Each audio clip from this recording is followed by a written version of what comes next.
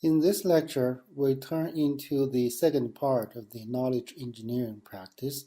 This part will cover the database approach, and later on we're going to talk about more on the rule-based and other knowledge representation scheme.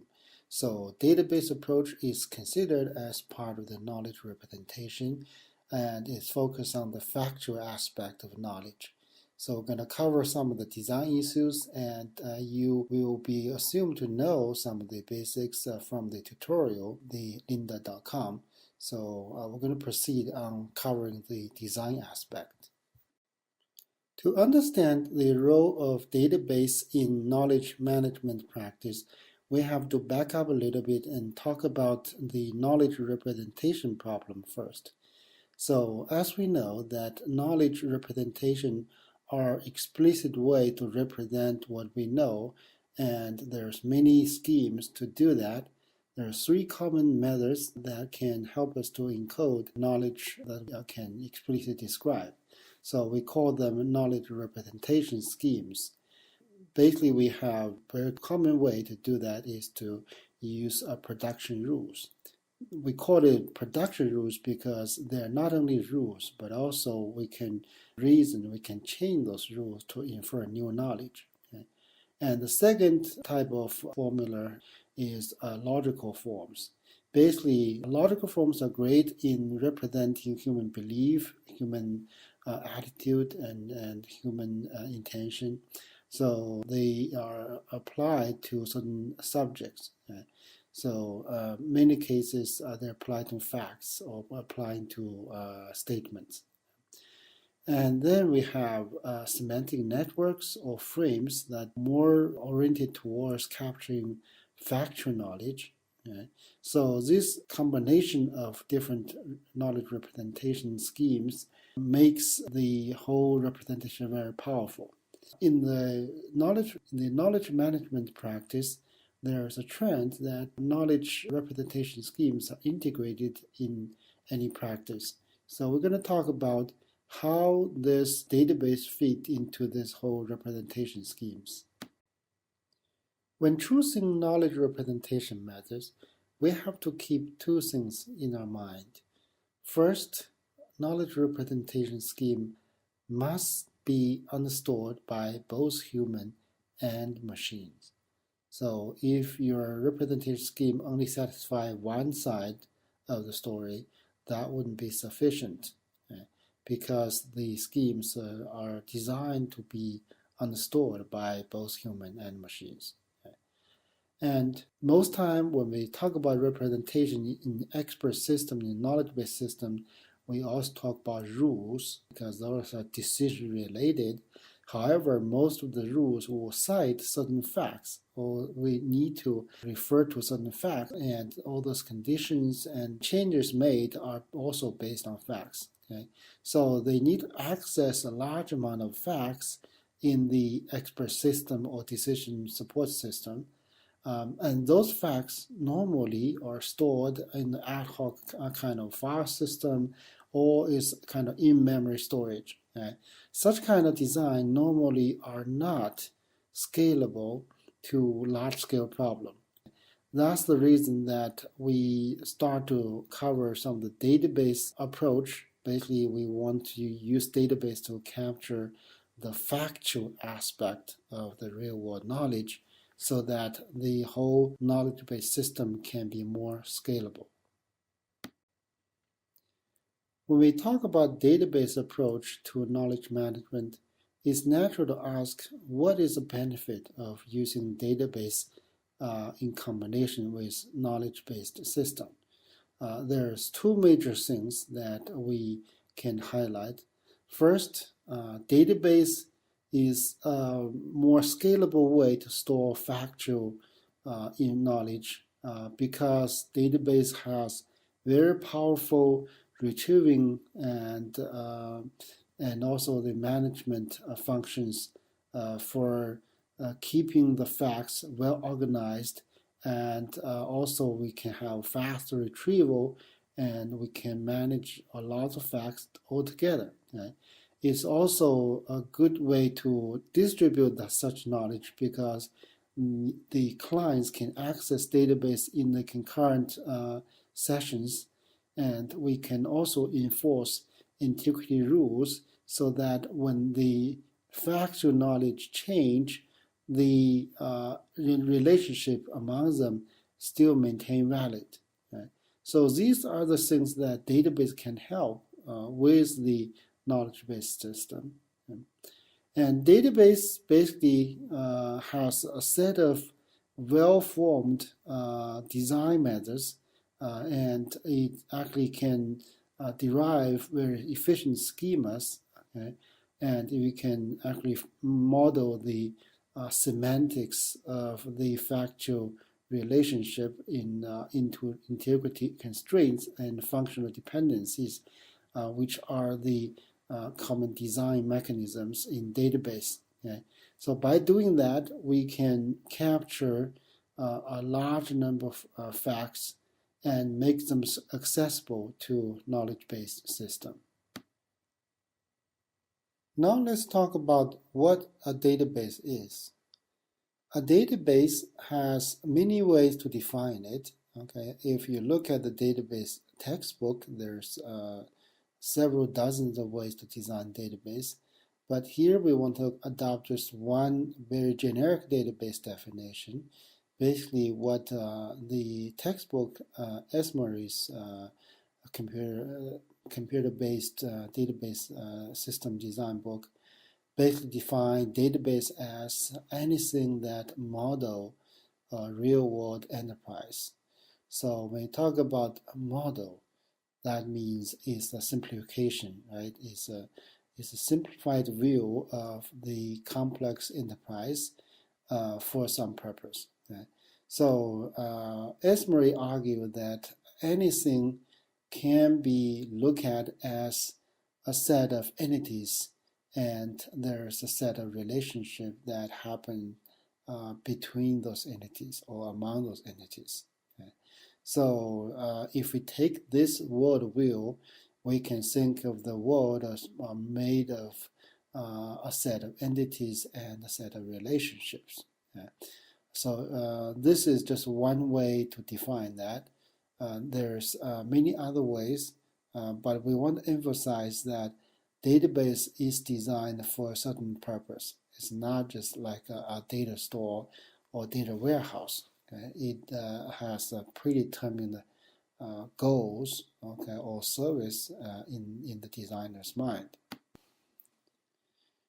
Database by itself is a major topic in computer science and information science. It takes a pretty long time to cover a lot of things in detail. In this particular course, we'll provide a compressed way, a very compressed, concise way to understand database. Okay? So in a sense, we first try to understand database. There are three things that you should decide whether you go about database approach for factual knowledge storage. Okay? So first, we would like to emphasize that if your facts do not really get shared among multiple applications, multiple people, and make less sense to use database, because database technology provide efficient way to share things. Okay? Second is that if your factual aspect of your application is not very sophisticated, which means there's not many entities and not many relationships among them, and then it kind of costs more than your benefit. Okay? You may be able to get over this problem by using file system. Okay? Third is that database always selective, or always try to capture the semantics of a particular application. So you better have something in your mind and make sure your goal is clear. Okay? So a database is always for predetermined application. Okay? So these three aspects, shared, interrelated, and predetermined application, are the basis of for us to choose or for us to decide whether we are going to go with the database approach. Okay.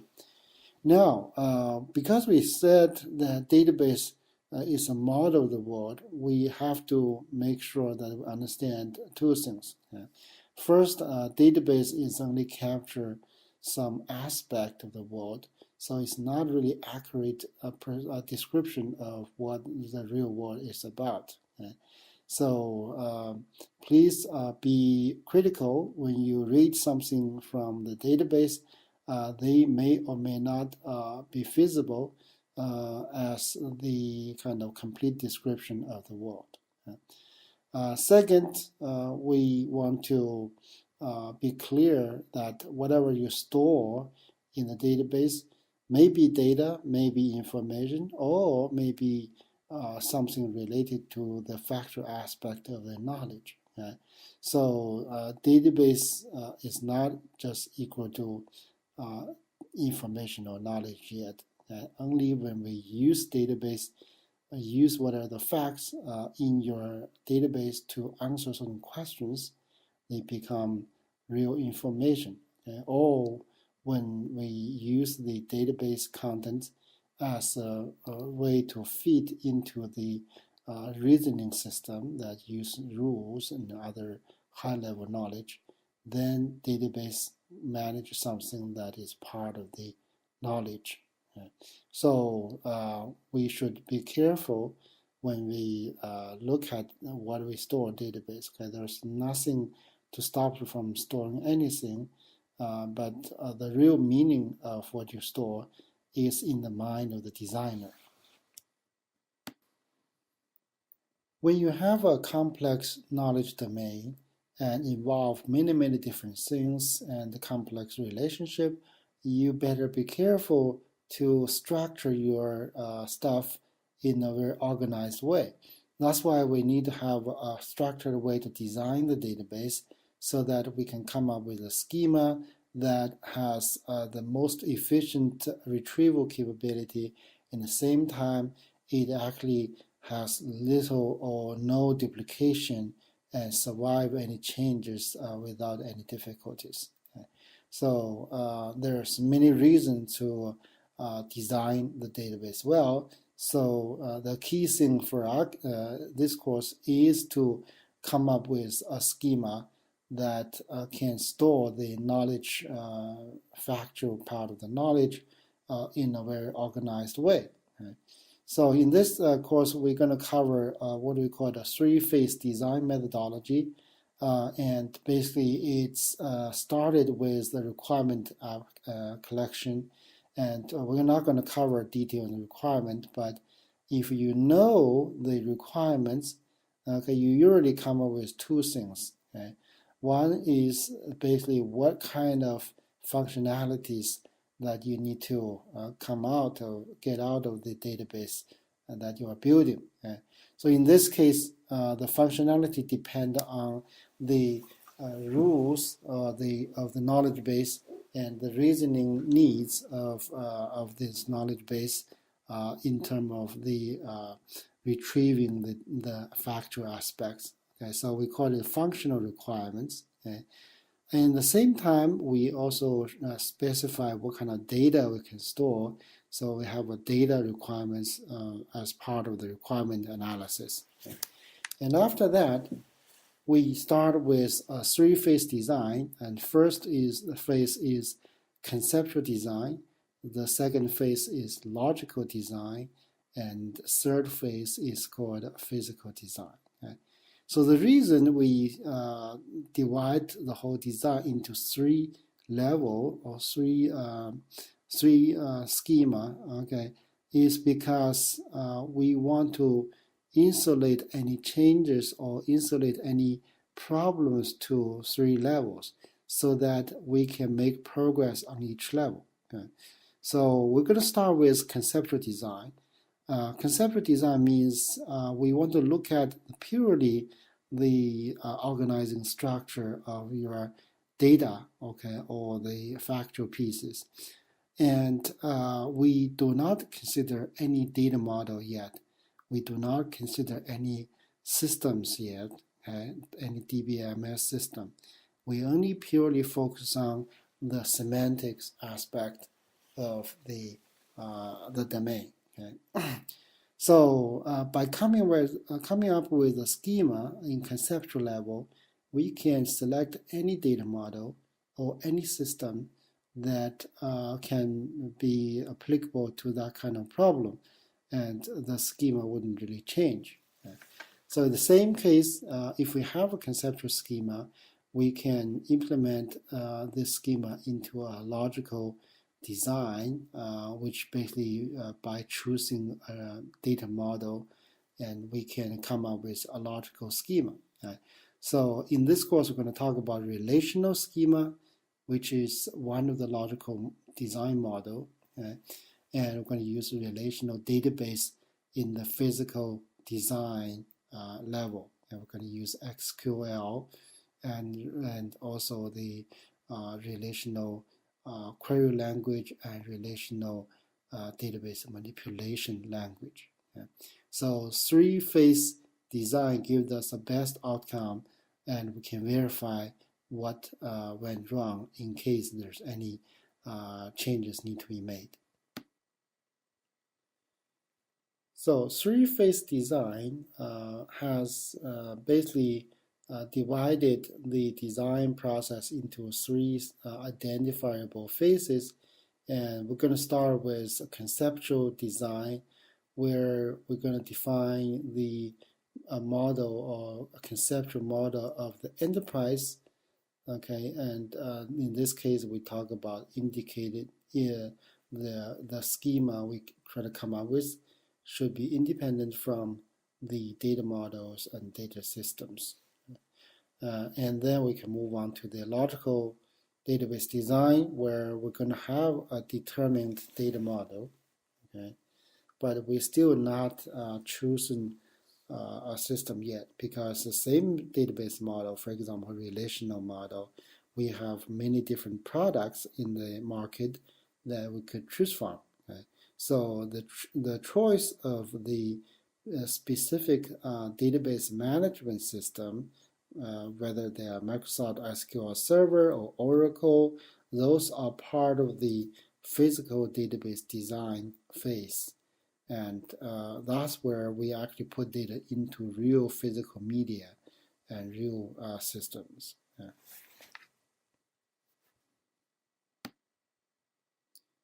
In the rest of this lecture, we're going to focus on conceptual database design using entity relationship modeling.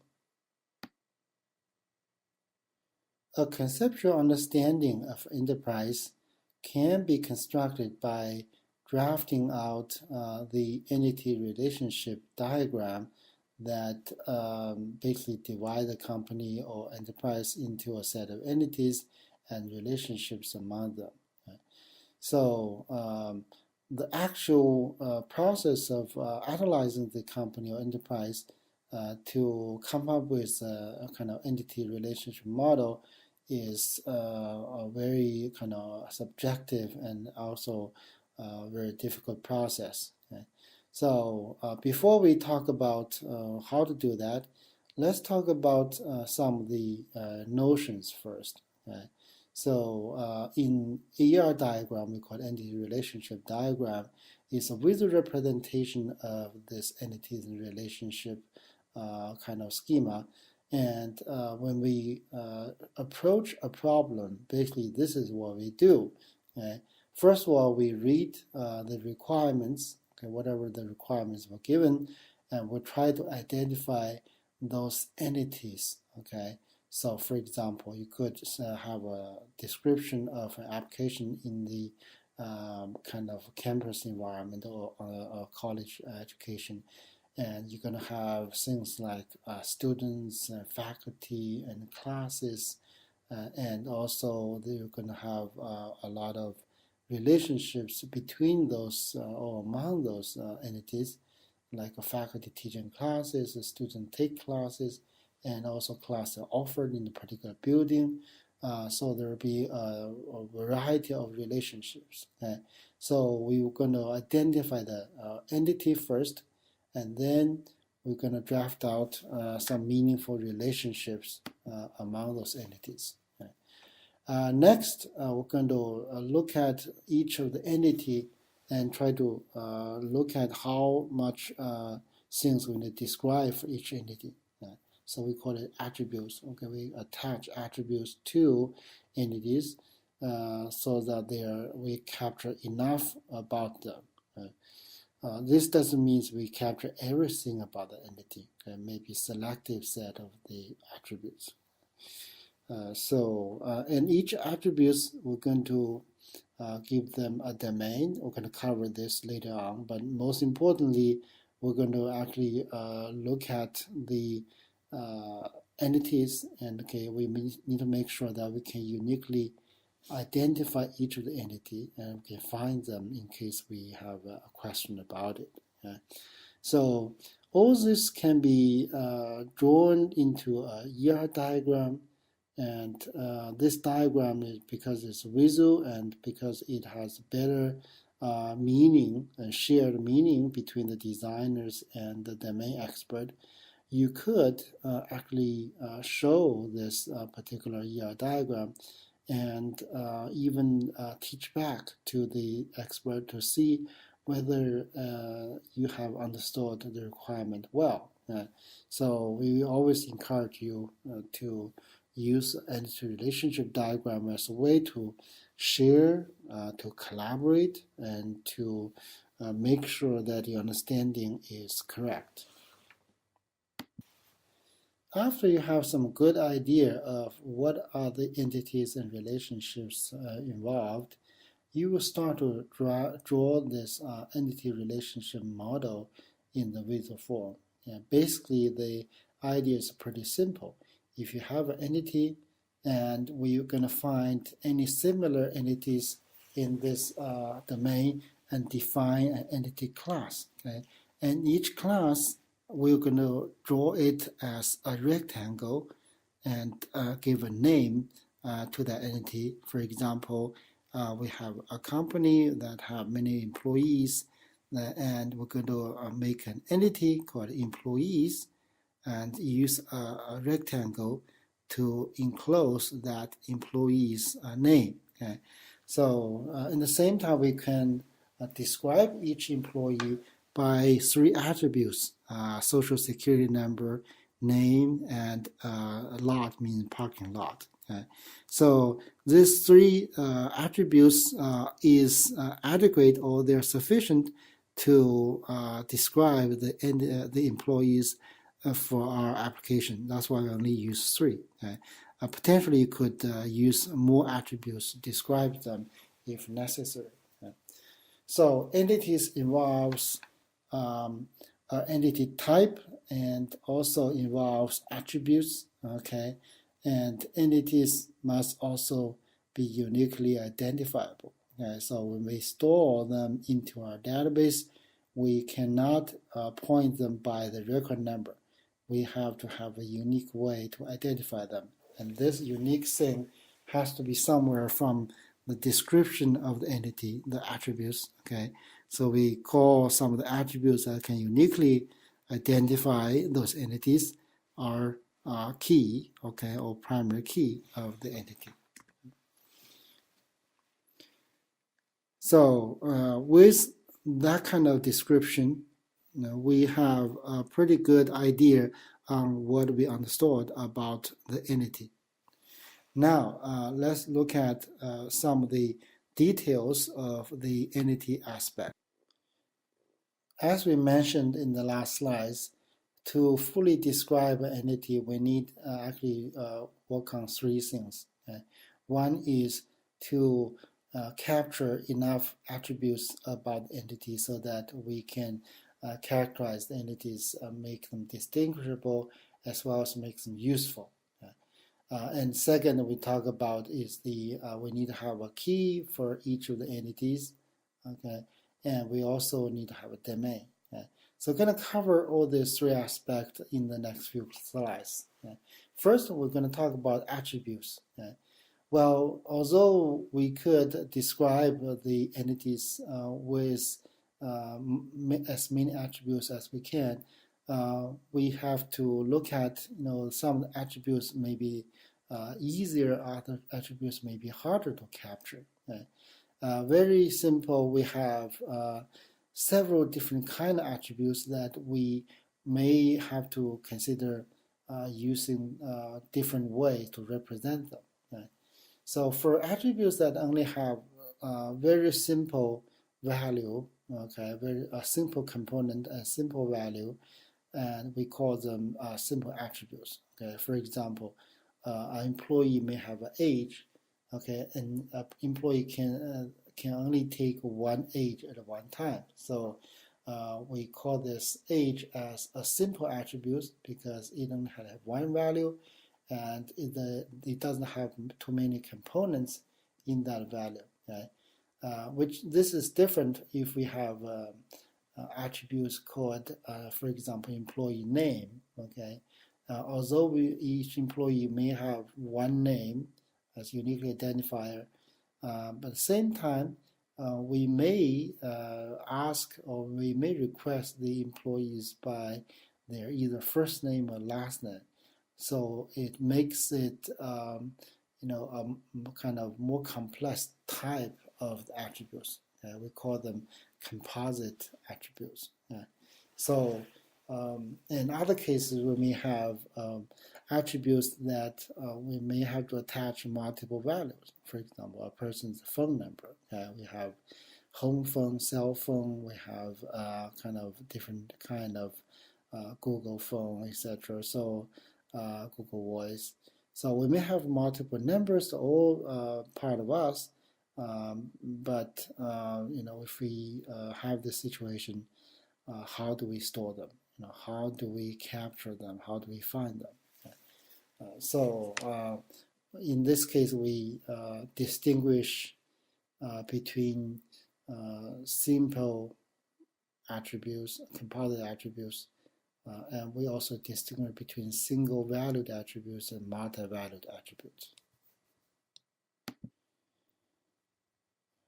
To appreciate the difference between simple attributes and composite attributes, let's look at this particular example. Okay?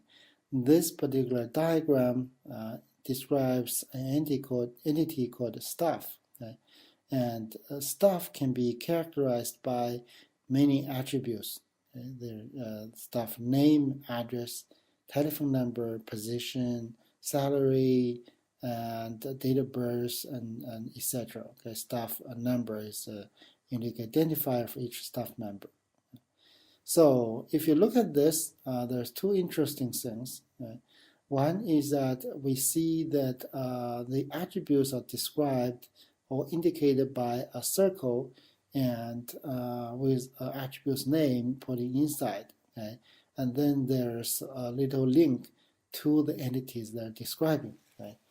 But one part of this diagram, if you notice on the upper left part, we see there's an attribute called name, okay?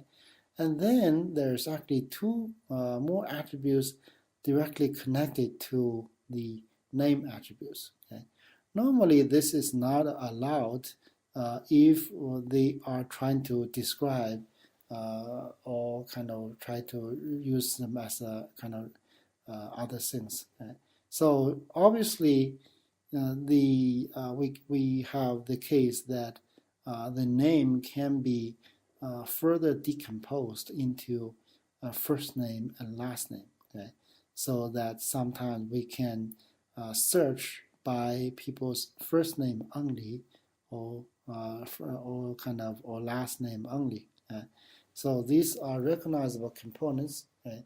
The decision we have to make here is whether we want to store name as one field in your data, or we could store first name and last name separately, and then we can infer the full name without storing it.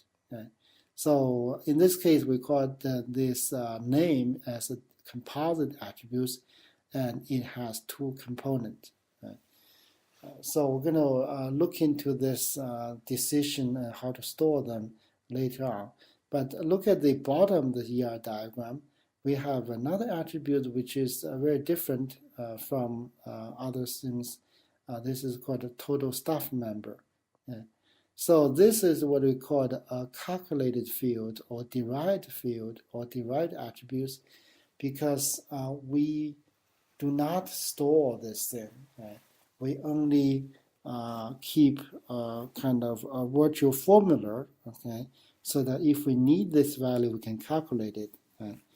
Because the number of stuff is changing as we add or delete the entry, and we don't want to store them. Okay? But we can keep a query, say let's count all this stuff and get back the total stuff number. Okay?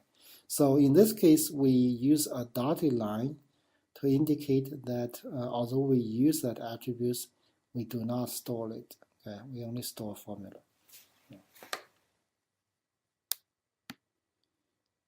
Let's look at another example.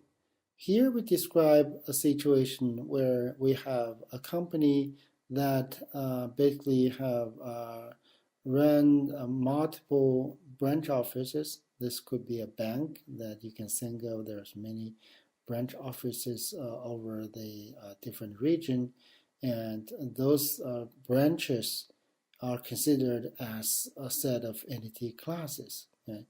So to describe those branch, we have several things to characterize the branch. Okay? One is the physical address, okay? And the other is the telephone number, and then fax number and branch number. Okay? All these four things. Okay? And if you look at this diagram, we have this address obviously divided or decomposed into four components. Street address, area, city, and postal code. Okay? If we put together all these four components, we get a full street address. Okay? So this is a typical case of composite attributes. Okay? So we have not recognized this case. But on the right side of this entity, we see there's attributes with double kind of circle. Or double line circle. In this case, it indicates that telephone number here may have multiple phone numbers. So a branch may have several phones installed. So we could basically say, okay, let's put in all the numbers into this telephone number fields. The question is, storing this kind of multi-valued attributes may cause difficulties in retrieving those values. For example, if we look for specific offices in the branch and attached to a phone number, we have no way to tell which phone number belongs to which. So this may have to be revised when we come up with the physical storage. But at this moment is sufficient to understand that we need to have a telephone number and we need to have multiple telephone numbers to be captured in the branch entity.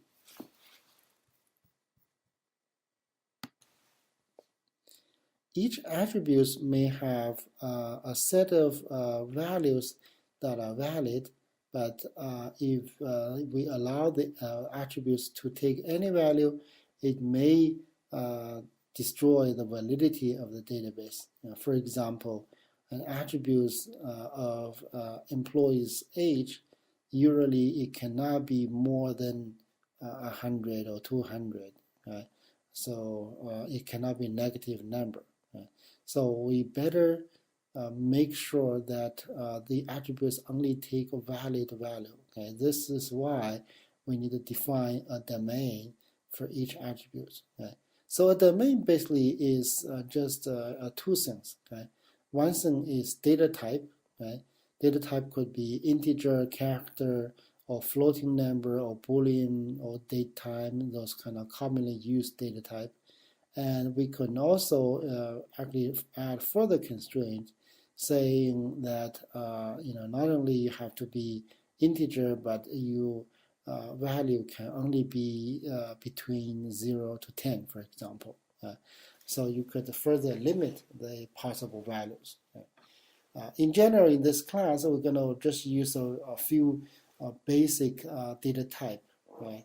And we're not going to bother too much on the complex domain definition, but you should be aware that attributes need to carry a domain definition so that it only stores values that are valid to that particular attribute.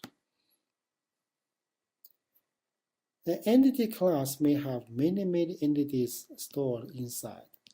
The question is, how can we retrieve them? Okay, how can we identify them with no ambiguity? Okay. So to do that, we need something called keys. Okay.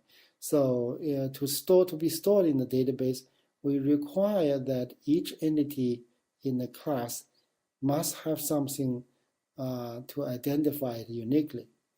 So for example, customer as an entity, and each customer must have a unique customer ID in order to be identifiable. So on the right side, we see this customer has many attributes. Okay, so we could, because in company-wide, we can enforce each customer have a unique customer ID. Okay, so it can be used as a primary key. Okay.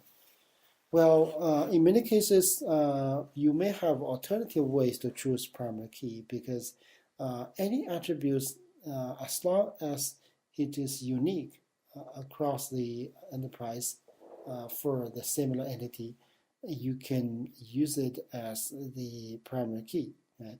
So this particular example, we have both the social security number and the customer ID are both unique. Right? So it doesn't matter which one you choose.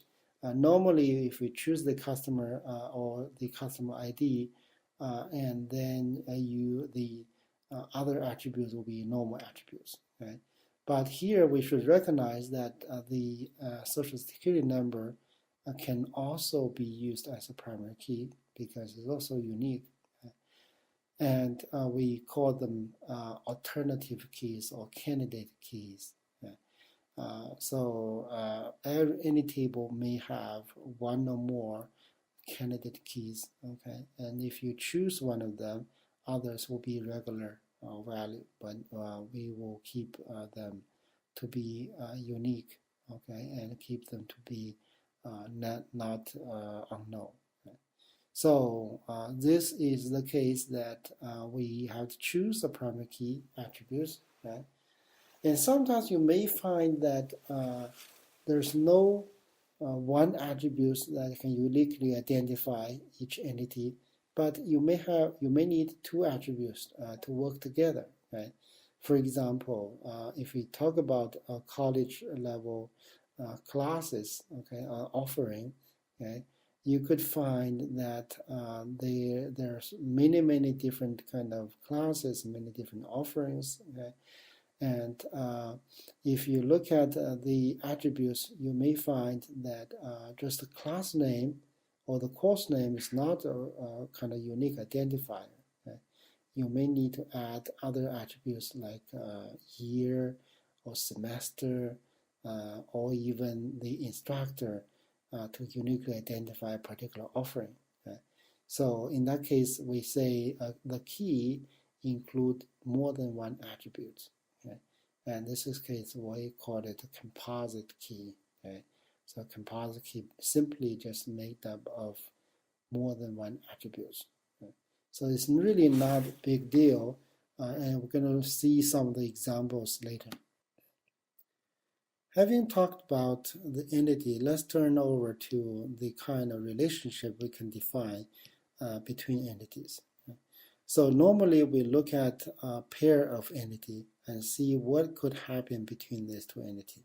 For example, a company may have several departments, and each department may hire employees to work in this department. So we first of all already draw up the two entities, employees and departments. Right? Now we can define a relationship between these two called works in, which means employees works in department. Okay? So we could read like that, but it's not very clear whether it's one employee works in the department or is one employee, more than one employee working in one department. So there's many possible cases that we have to be clarifying in order to make the semantics meaningful. Okay?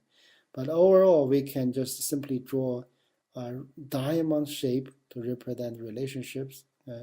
And when this relationship happens, you could further describe this relationship by an attributes attached to this particular relationship. So worksin has attributes called since. Basically, it captures what time an employee works in a department. When we have a relationship between two parties or two set of entities, we can actually articulate further on the exact way the two set of entities relate. So in general, we can look at for each entity on one side, how many entities on the other side actually can happen and have a relationship with. So in this case, we can differentiate four specific subcases. Either it's a one-to-one or one-to-many, or many-to-one, or many-to-many, which is the most generic case. So if we don't know anything about what's going on, we usually assume it's the most complicated case. It's many-to-many. It could cover the other cases. However, if we have further information, we'd really like to know whether it could be one of the special types, either one-to-many or one-to-one, because those actually involves less complex structure when you store data. So this is called a cardinality constraints. The other question we can ask about the relationship is whether the members of this each entities are required to participate in any of those relationships. So in one case that we could say, okay, all the employees must work, each of the employees must work in at least one department. Then basically requires that every employee must participate in one of the relationship, at least one of the relationship. So we call this case kind of a mandatory or required participation. And if this is not required, then we call it a partial participation.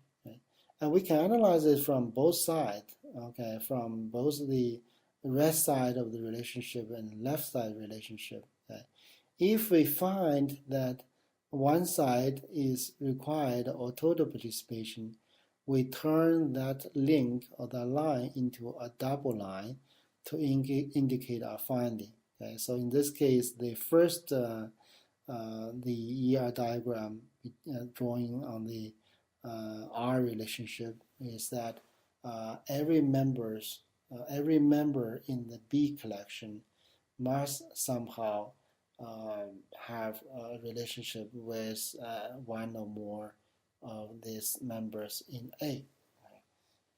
But the bottom one doesn't really need to meet that requirement. So between these two, we consider the partial participation as more generic. So when you don't have any knowledge on further knowledge about whether it's mandatory, you should assume it's partial participation.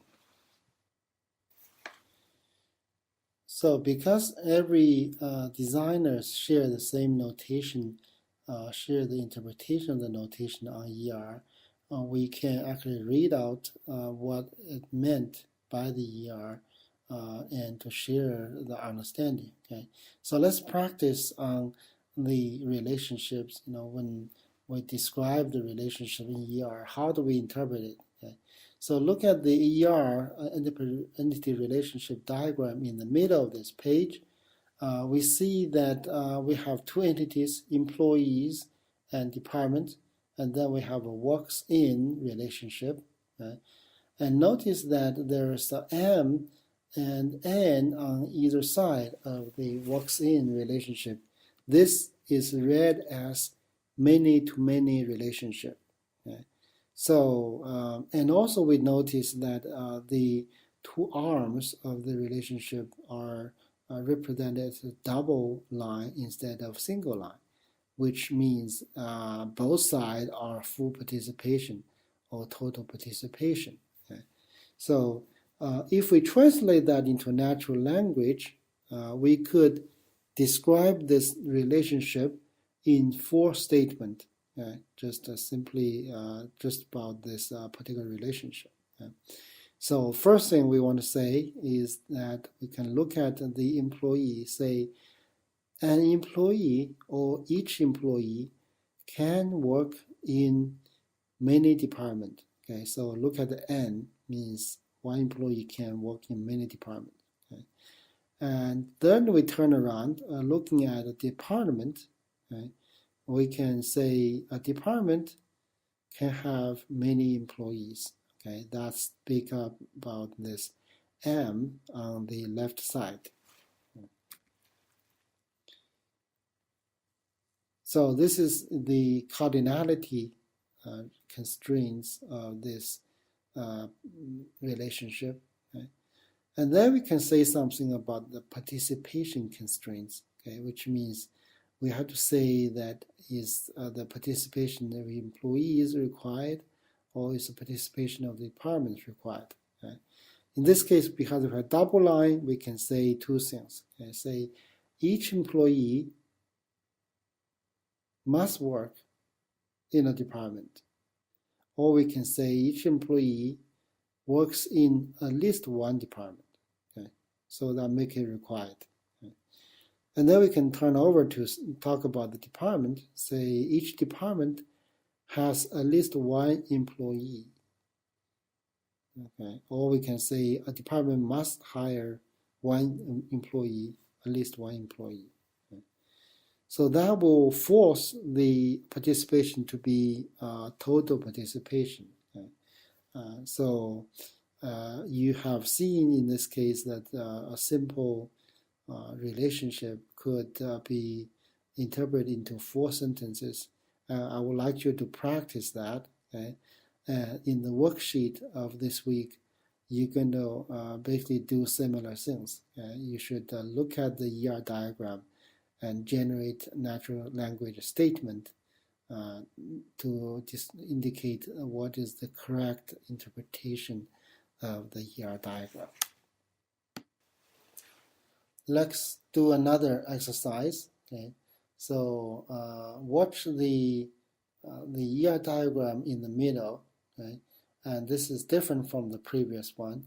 Now we ask you to read out this ER diagram into your interpretation. Okay? First of all, we look at this diagram, we find there's 2 entities and 1 relationship. Okay? So if we focus on the relationship, we can describe the entities separately, but if simply focus on the relationship, we can actually say that this is a one-to-many relationship, okay? But that's really the technical term. Okay? If you want to explain this to a person who is non-technical person, you have to use natural language. Okay? So because we can interpret this both from the cardinality aspect and participation aspect. Okay? So let's start with the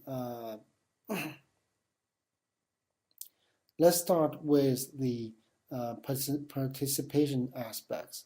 Okay? Say employees, managers, departments. Okay? So the question is, each employee could be managing a department. Can employee manage more than 1 department? Yes. In this case, we basically each employee can manage many departments. This is indicated by the M on the right side of the arm. Okay? And at the same time, we can ask another question, say, does every employee need to be a manager for any department? This is obviously not the case because we see the participation to managers relationship is basically it's not mandatory, it's optional. Right? So it's a single line. In this case, we have to say either say not every employee need to manage a department, or we can say only some employees serve as a manager of the department, of any department. So just to make that clear, the participation is not required. And then we can turn over to the department side, say, okay, a department may have no more than one employee as a manager, because one side, the left side is one, cannot have more than one.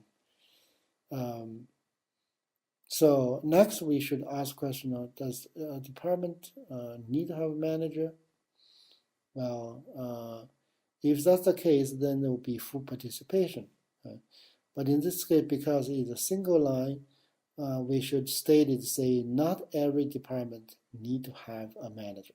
Okay, so that will make it optional participation with the manager's relationship. If we change the relationship a bit to include an attribute to the manager's relationship, and also we can change the participation from the department from the optional to mandatory participation. And then the interpretation of this ER diagram will be a little different, right? So the description of the entities are the same. The difference is on interpreting the relationship, managers. In this case, we call them managers two to distinguish this one from the previous one. Again, we can use 4 sentences to study or to describe the participation and cardinality of this relationship. I say each department has at least one manager. Okay, means that I describe the cardinality aspect, okay, from the department to the employees. And then we can look at the other side. Some employees serve as a manager of the department. That means not every employee is required to manage any department. Okay? So employee, if it's a manager, could manage more than one. Okay, so one-to-many relationship, and looking at the double line, okay, double line, we can say that a department must have a manager, okay? Must have. This kind of words will be very strong to indicate the mandatory participation. Okay? Last, we have to say something about the attributes that is attached to the relationship. Okay? So we'll use a separate statement saying that if an employee manages the department, a starting date will be recorded. Okay? So the attribute called since is exactly like that. Okay? If the employee doesn't manage any department, well, there will be no such attributes. Okay? Here we summarize the notation of the entity relationship model following Chen's ER model notation framework. Okay? So we're going to use rectangle with a name to represent the entity, and we're going to use the diamond shape with the name to represent relationships. Okay? In terms of attributes, we can recognize the regular attributes as a single circle, and the composite attributes, we use the kind of attributes connected to other attributes as a component. Okay? We also recognize certain attributes as multi-valued attributes by indicating with a double line ring, okay, of the attributes. Okay? And we talk about the derived attributes, or we can call it a calculated attributes, okay, as a dotted line. Okay? So these are just a simple state simple form of the entities and attributes and relationships. There's other complexity that we don't cover in this course. For those who are interested, you should consult some of the textbook that describe in detail things like a weak entity, a weak relationship, and any of those kind of hierarchies, inheritance. So we will stay with the basics. One of the common tasks of designing the database is to start with a set of requirements and try to come up with a conceptual schema for the database. Here's the example. We like to have a complete run-through so that you appreciate the whole process. So example basically describes a company that has a set of employees. Okay, and each employee is identified by their social security number, and then they are further described by the phone number and salary, etc. Then we have a departments that can be characterized by the department name and the budget, but each department also have a unique identification number called D number. Each employee may have some children or dependents, and if they do, we want to record their names and age of the dependents. So here we basically describe three entities, and they're obvious. Next, we look at the statement, say employees work in department. So this is the typical case that a statement mention two things that actually you have modeled them as entity, employees and department, and then naturally the work in becomes a relationship. And a second part of the statement say each department is managed by an employee.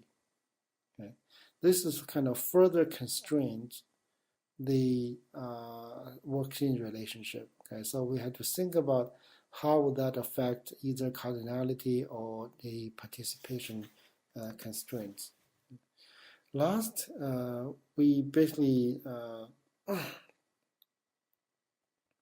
have a requirement say a child must be identified uniquely by the name when the parents is known. So the child becomes the name of the child may not be unique across families, right? Only if they're combined with the parents' identifier. So let's do that. Let's create a EI diagram based on this statement and see how we can clarify the ambiguity, okay, and then make a ERP a kind of a communication tool. Again, we're going to follow that 6-step methods. Okay, so we start with reading the requirement statement and identify the entities, okay, first. Okay. So we're going to identify entities followed by relationship, and then we go with looking at the relationships, the cardinality and participation, and then we take care of the attributes for each entities, okay, and decide on the keys. So we're going to go through this field process and see what we can find. Based on the first statement, we have identified 3 entities, employees, departments, and child. Okay.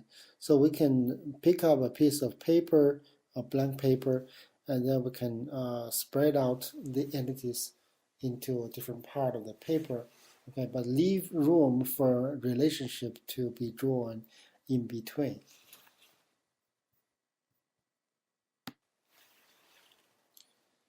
Next, we'll start to identify relationships. By reading the statements at the earlier slide, we can find that there's actually 3 relationships that could happen. An employee could work in the department, or an employee can manage a department, or they can do both. So that's basically indicate the case that 2 entities may have multiple relationships defined on them. At the same time, employees will define some child as their dependents. Okay? So we can define a relationship we call dependent. Okay? Notice we use diamond shape. Okay? So that's easy to find the three relationships. However, this is not enough yet. For each relationship, we want to ask more questions. Say, okay, is this one-to-many or many-to-many relationship? Okay, does the participation be required, or is mandatory or optional? So if we draw things like this without the m to n, without the number, and without any other information, we basically assume that each relationship is a many-to-many relationship, and the participation from both sides are optional. Okay? So this is what we read, so, although we don't have the number. Right? But because we have some of the relationships we know more than this generic case, we're going to describe them. By looking at the cardinality, we know that an employee can work in many departments. Well, basically, that's really by default, because we don't know whether employee only work in one department. So we assume that it will be allowed to work in many departments. But one thing we know is that a department must have at most one manager. Okay, so we're going to define that employees manage department as a one-to-many relationship. Okay? And we know nothing about further about the employees works in department. We don't know whether they can work in one or more departments. Okay?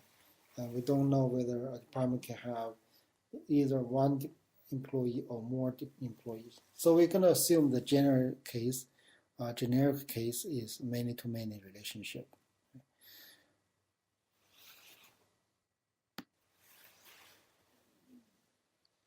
Then we can look at the participation constraints that indicate, as one of the statements says, a department must have a manager. And then we basically represent that understanding by turning the department participating the manager's relationship as a mandatory. Okay? We turn it into double line. That will capture the whole idea of that statement. Okay? Next, we have this particular case that we have employees may have more children, okay? But children must be dependent or must be associated with one employee only. Okay? So it's a one-to-many relationship. Having covered all these relationships in terms of the constraints, now we can turn back to the entities themselves and start to attach the attributes to each entity. Okay? In this case, we look at the employees and departments and children, okay, and make sure that after we have the attributes attached, we have to decide which attributes or which combination of attributes can serve as the primary key for each of the entities.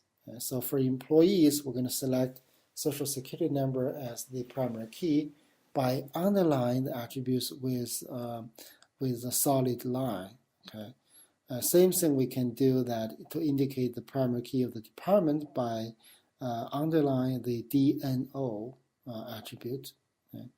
And then we have this child actually has a unique ID by name.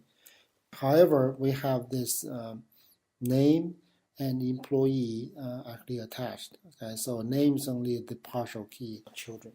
Okay. It should also include the. With all this discussion, we want to conclude this lecture by summarizing what we have learned from this particular lesson. So there's a few things that you need to be clear by understanding the slides as well as reading the two papers we assigned to you. Okay, one is to understand why we want to integrate knowledge base with database. Okay? One of the reading actually covered that pretty detail.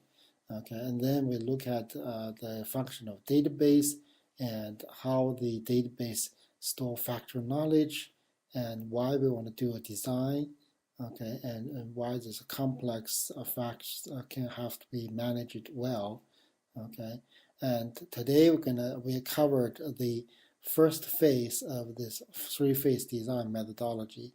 We described the ER diagram.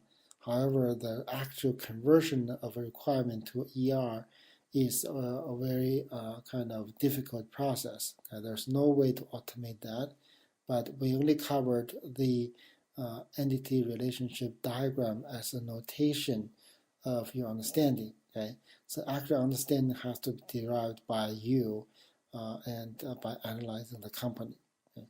So next lecture we're going to cover more on the logical design, the second phase. Okay, so please move forward completing the worksheet, and we're going to have the homework related to this part of the lecture.